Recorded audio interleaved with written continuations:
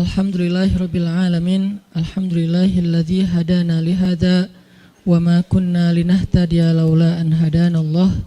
Asyhadu an la ilaha illallah wahdahu la syarikalah wa asyhadu anna Muhammadan abduhu wa rasuluhu la nabiyya ba'dah. Allahumma salli wa sallim wa barik ala sayyidina wa habibina wa azimina Muhammad wa ala alihi wa sahbihi wa man tabi'ahu ila yaumil qiyamah. Rabbi syrah li sadri wa yassir li amri wahlul 'uqdatan min lisani yafqahu qawli. Qala Allah ta'ala fil Qur'anil Karim, a'udzu billahi minasy syaithanir rajim. Bismillahirrahmanirrahim. Wa kullan naqussu 'alaika min anba'ir rusuli ma nuthabbitu bihi fu'adak wa ja'aka fi hadhil haqqu wa maw'izatun wa dzikra lil mu'minin.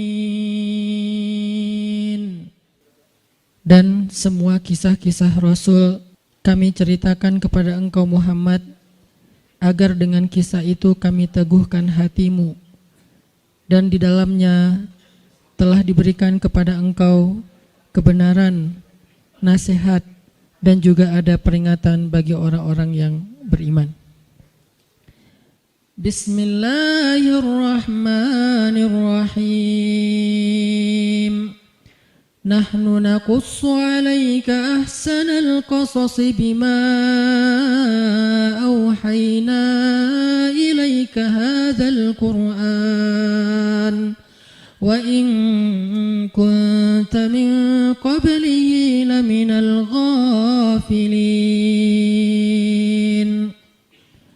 Kami menceritakan kepada engkau Muhammad kisah yang paling baik dengan mewahyukan Al-Quran ini kepadamu, dan sesungguhnya sebelum itu engkau termasuk orang-orang yang tidak mengetahui. Shadaqallahul azim.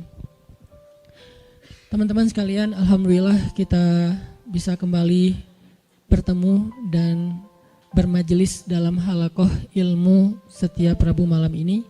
Dan di akhir tahun ini kita memulai satu halaqah baru dalam kajian sharing Rabu malam, yaitu halaqah Darsus Sirah atau mempelajari sirah nabawiyah. Kita coba untuk mendalami kisah-kisah atau cerita dan sejarah dari kehidupan orang yang paling mulia, yang paling agung, yang rasa-rasanya gak ada yang lebih pantas untuk kita pelajari kehidupannya dan kita kenal sosoknya daripada Muhammad Rasulullah SAW. Sampai targetnya apa? Sampai kita bisa mengenal Nabi lebih daripada kita mengenal keluarga kita. Itu baru kita disebut dengan orang yang mencintai Nabi. Jadi kalau kita bilang mencintai Nabi tapi kita nggak terlalu kenal Nabi, cuman tahu namanya dan tahu sepenggal dua penggal kisah yang nggak terlalu jelas tentang beliau, kayaknya ucapan kita itu belum terbukti. Karena orang yang mengenal seseorang baru disebut mengenal kalau dia tahu betul tentang cerita orang itu. Misalnya kita mengatakan saya kenal fulan, saya sahabatnya fulan, apalagi sampai mengatakan saya mencintai fulan. Kita nggak mungkin mengatakan itu kalau kita nggak kenal orangnya. Kalau sampai kita mengklaim mengenal Nabi tapi kita nggak tahu apa-apa tentang Nabi kecuali secuil kisah, berarti jangan-jangan kita belum jujur. Nah, harusnya seperti apa kita mengenal Nabi? Kalau seandainya kita mau melihatnya dari angle yang benar, harusnya kita mengenal Nabi lebih daripada kita mengenal keluarga kita. Karena ketika Umar bin Khattab datang kepada Nabi dan mengatakan, "Ya Rasulullah, aku mencintaimu lebih daripada apapun selain diriku," maka Nabi mengatakan, "Belum cukup wahai Umar." Lalu Umar meralatnya mengatakan, "Aku mencintaimu lebih daripada diriku sendiri." Maka kata Nabi, "Al-an ya Umar, sekarang baru cukup wahai Umar." Salah satu pelajaran dalam adegan itu adalah harusnya kita mengenal Nabi bahkan lebih daripada diri kita sendiri. Kita mengenal Nabi lebih daripada keluarga kita.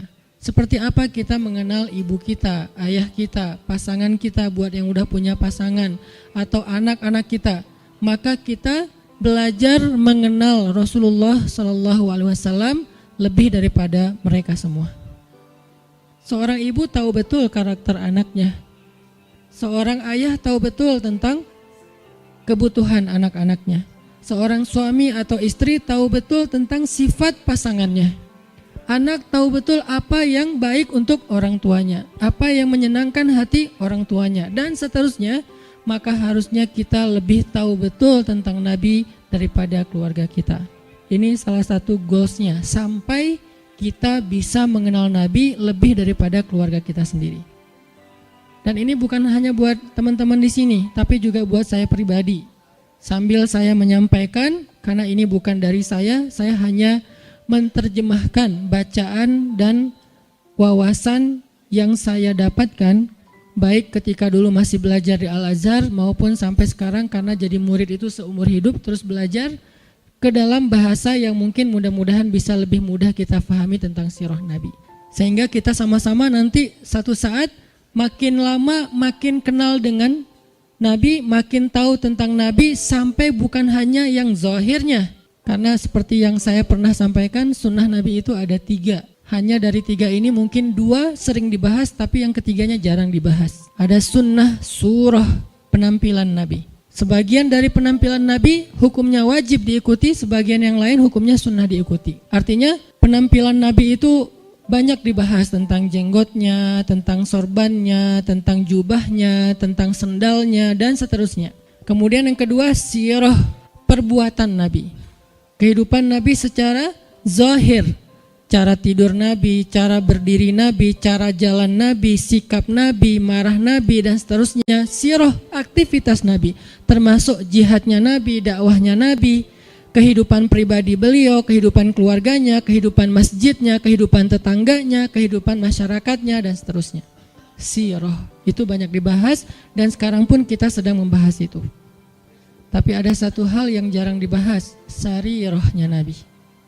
Jadi ada surah, ada sirah, ada sarirah, perasaan Nabi.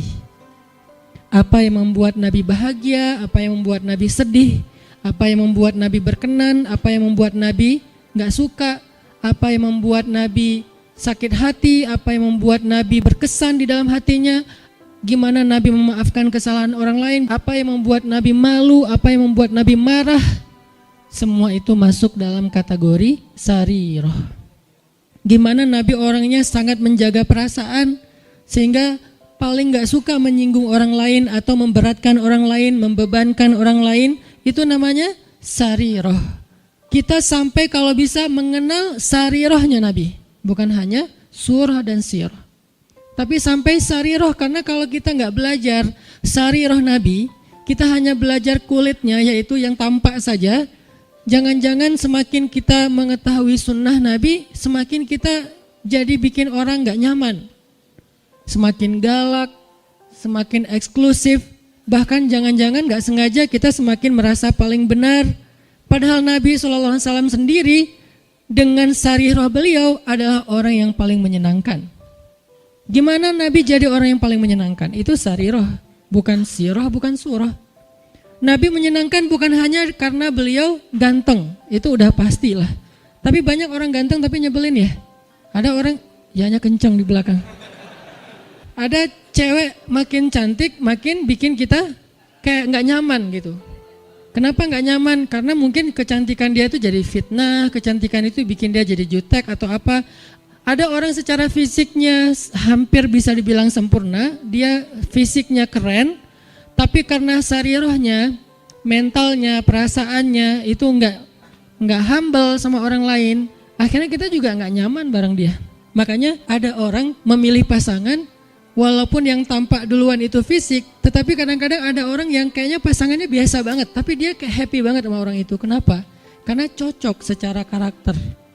Nah artinya mungkin kita wawasan tentang Nabi itu bagus, surahnya kita mencontohkan Nabi itu hampir sempurna, karena nggak ada yang sesempurna Nabi pastinya. Cuman kok nggak bisa bikin orang nyaman? Jangan-jangan kita tahu banget surah, belajar banyak sirah tapi hampir kurang aware tentang sarirahnya Nabi, perasaan Nabi. Ada hadis ketika Nabi menyampaikan hadis itu nyaman didengar. Ketika kita yang ngomongin hadis yang sama kok jadi bikin orang gak suka, jadi bikin orang sedih gitu. Jangan-jangan bukan teks hadisnya. Hadisnya sahih, bahkan mutawatir, Bukhari, Muslim.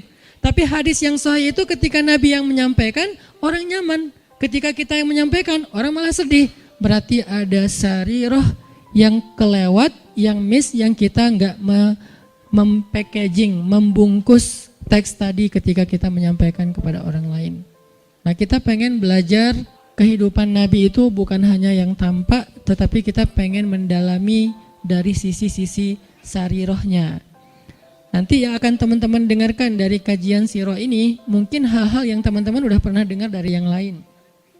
Karena kajian sirah itu banyak ustadz-ustadz yang menyampaikan. Apalagi kalau teman-teman ngerti bahasa Arab, buka di YouTube dicarinya pakai bahasa Arab, itu akan lebih dahsyat lagi. Cuman kenapa kok tetap perlu mendengar? Mungkin kalau pelajarannya sama, refresh, recharging iman. Kalau enggak, maka pasti ada angle yang berbeda.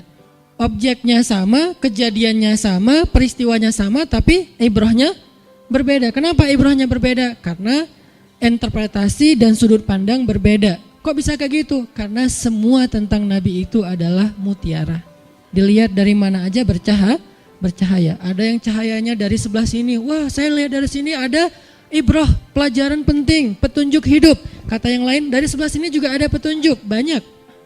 Jadi nggak bisa kita hanya menyimpulkan kehidupan Nabi dari satu sudut pandang, saking sempurnanya kehidupan beliau.